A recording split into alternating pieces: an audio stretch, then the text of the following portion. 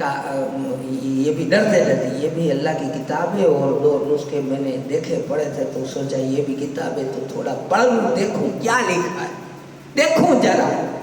ہم نہیں کہتے کہ خالی آؤ، خالی بات، خالی بساط اور خالی بات۔ عمر فاروق جیسی ہستی خالی دیکھنا چاہتا تھا، خالی پڑھنا چاہتا تھا۔ اسے کیا کہا خبر ہے؟ عمر قسم اس ذات کی جس کے قبضے میں میری جان ہے، جس نے مجھے نبی بنا کر بھیجا، مجھے قسم اس رب کی، اگر موسیٰ بھی ہوتے تو یہ کتاب نہ دیکھتے، میرا قرآن دیکھتے۔ کیا ضرورت ہے تمہیں دوسری کتاب کی؟ اب سمجھو اس بات کو۔ پھر ہم کیا کرتے ہیں؟ ابو جہل نے بھی یہ کیا تھا، اساں جا ڈاڈا چاہیے، ہمارے دادا نے یہ کیا، ہمارے پردادے نے یہ کیا۔ رسول نے کہا تیرے دادے پردادے نے جو کہا وہ چھوڑ، موسیٰ صحیح لائے تھے اسے بند کر دیا، عیسیٰ صحیح لائے تھے بند کر دیا، اب تو ایک ہی چلے گا جس کا نام قرآن، اب تو ایک ہی بات چلے گی جس کی زبان، جو زبان مصطفیٰ سے بات نکلے وہ چلے گی۔ پتہ یہ چلا کہ مسلمانوں ہمارے پاس زبردست ہتھیار ہے جس کا نام قرآن ہے۔